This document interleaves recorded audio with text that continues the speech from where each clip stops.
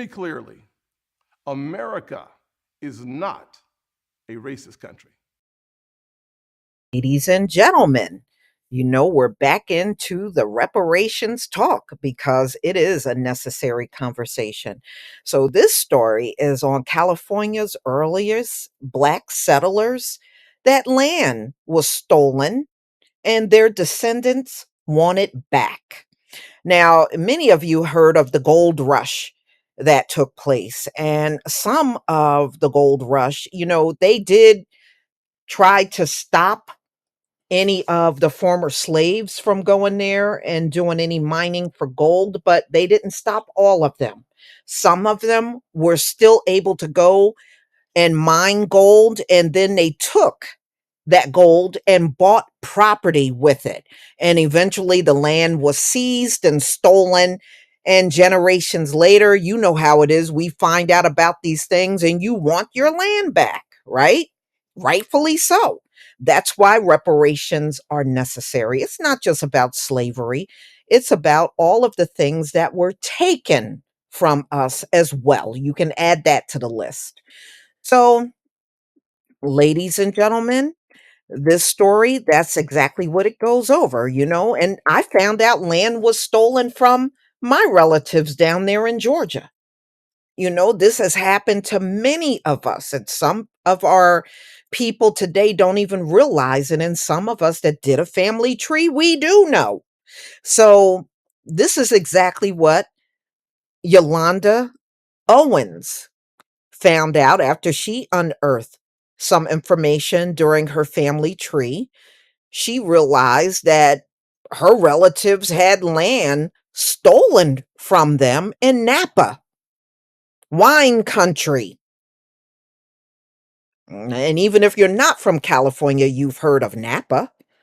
Well, she had three deeds that showed her ancestor, Edward Hatton, had owned prime real estate on Main Street, downtown Napa. She had a fourth deed that said he owned 209 acres of land near the mountains. That's a lot of land that got stolen from her family.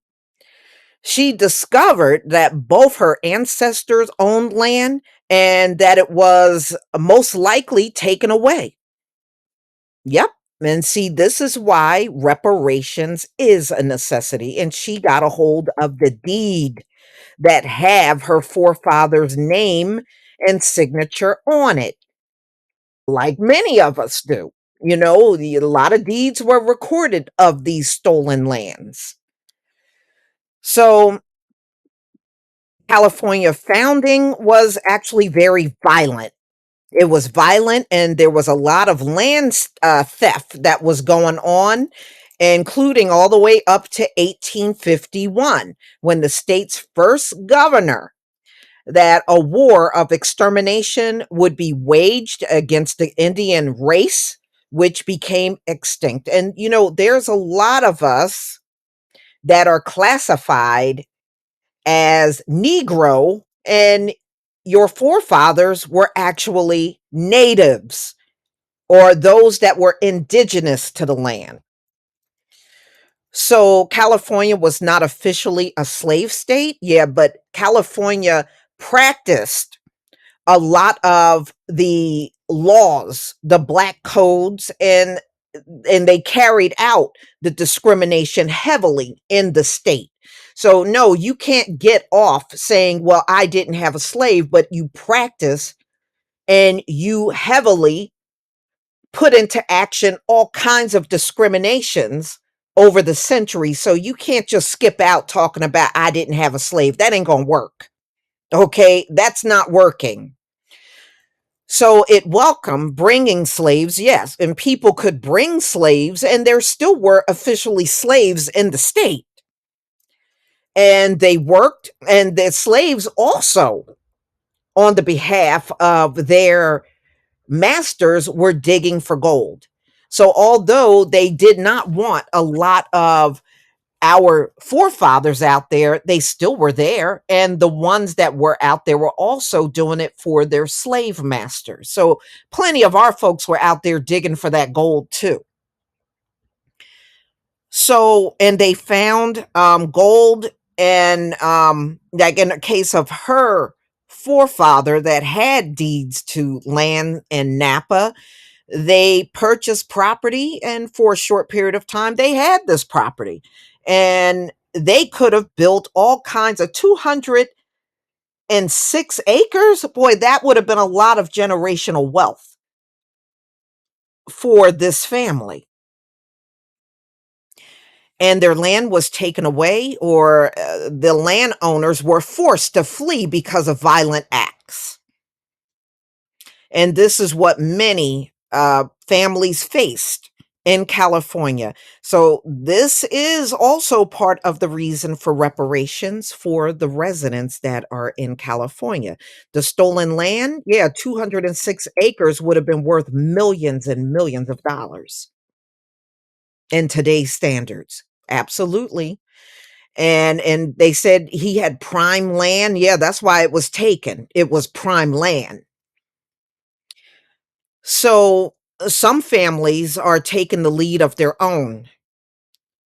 So Owens is not alone. There are more Californians in the melanated community that also have discovered ancestors that had land unjustly taken away from them, and they are demanding the land back. There are not a whole lot of stories like this because of the priority of enslaved people who were brought to California was a way to get away. These men were brought out and their families were still held in bondage. So just because they went from a slave state into California, these men and women were never, that were in bondage, were never set free. They were still slaves in California. So, so when y'all sit around and say, well, they didn't have slaves in California, you're a fool. They did have slaves, because the people that moved there that had slaves, they didn't have to give up their slaves when they moved to California. So you don't know what you're talking about. So there were people back then that were able to buy land, but virtually all of those um, people that were melanated that bought land had the land taken away. And a lot of times, the majority of the way was in violence. So there are stories right now in the paper, in this article, of three families that had their generational wealth stolen due to land seizures. So not only were they able to obtain these documents, they acquired a lot of papers regarding the land from the town's clerk office. If you would go into a lot of these county and municipal offices, do you know they still got the deeds of the lands that were stolen from our people? These folks act like there's no evidence of nothing. See, that's why they always want to talk to you sideways and crazy, because they think there's no evidence of this for you to obtain, and it's plentiful out here. All you got to do is look for it. Seriously, that's all you got to do. And see, once the land was stolen, the people that stole the land didn't even bother getting deeds, y'all. Do you know that same thing happened in Wilmington, North Carolina? These folks, they're living on all that stolen land and they don't have a deed to prove they own the land. But the previous black owner name is still on the deed. Y'all don't believe me? Y'all start researching these stories. You'll see exactly what I'm telling you is the truth. They were so cocky, they thought they didn't have to have a deed once they stole the land. They just stole the land and started living on it. But they don't have no proof that the land is really theirs. Do you know that's the same thing going on in South Africa? All that stolen land, and these folks have been on the land for generations and never had a deed. Well, that same thing is going on here in the US. A lot of these folks that been on the land for generations that they stole from a melanated person, they have zero deed to even prove they own the property, y'all.